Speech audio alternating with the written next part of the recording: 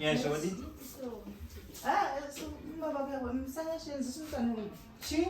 Ayo kunini ndinjo unotisi mwana umwe kunoti zverese. Iwe ndio unofana kumita umwe kunoti. Nyenzise wewe. Mai Yasha.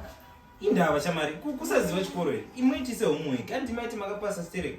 Itisa mwana umwe. Sisi chonela pushana ngeomwe. Itisa mwana umwe ndio basa rako rosa mwana. Hayi bona ngwavele kwesiyenza songa. Ayo ndakabva. Bona ngo hayi ndoda kuzoyenza la. Kwane nyungu. Ngapela mboni lapho uthi kuthiwa. Nyukari ameno nyukari kaningoma ameno. 5 plus 4. 5 plus 4 ikwini 20. Ngani midzi dzakapusa 12 sha. Midzi dzakapusa idzi ndiyongo dzangada kuti guys. Mbani? 9. Kana Twelve, joni tofu mtete na. Itofu iwe. Kuyo 9 wakamona kupi. Kuyanti uwa ukatiri kuti tikuitisa umwe wakupikisa kuti. 7 minus 2. Yeah. 2 ngandibona la. Midzi dzakapusa idzi 9.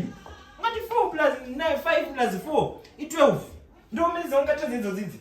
Niwe manyasha ndo dzamukasira muchiti hanzi ndikitise mwana idzi. Midzi dzakapusa. Kutelile ukuthi miyazise wena. Ukatisa ukuthi. Hayi, sara uchipedzisa. Hayi madoda.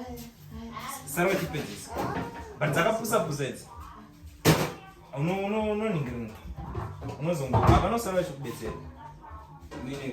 Niyedza kuti ndizonyorera kunzi hanzi kuchikoro nemari.